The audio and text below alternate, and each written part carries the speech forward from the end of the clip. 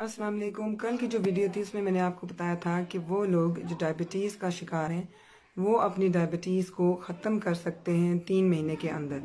और वो बहुत ही आसान तरीका है।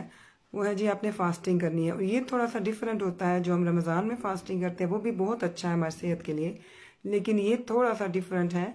उसमें आपने ऐसे करना है कि आपने कोशिश करनी है कि कम अज़ कम जो है ना, स्टार्ट आप करें 12 घंटे से, कि उस दौरान आपने कुछ नहीं खाना। तो उसका जो आसान तरीका है वो यह है कि आप मिसाल के तौर पर शाम को जल्दी खाना खा लें और कोशिश करें कि सुबह का नाश्ता थोड़ा लेट करें।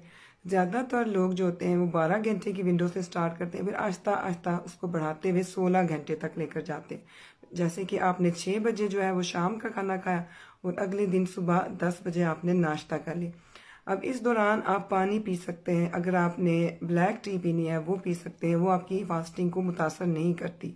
और लेकिन आपने दूध वगैरह ऐसी कोई चीज़ भी इस्तेमाल नहीं करनी जिसमें कैलोरीज होती है। वो आपके फास्ट को, जो इंटरमीडिएट फास्टिंग होती है, उसको ब्रेक कर देगी। तो आप ये 3 महीने कोशिश करें, ज़रूर ट्राई करें अगर आपने मेडिसिन से जान छुड़ानी है। अपना ख्याल रखिएगा। अल्लाह हाफिज़।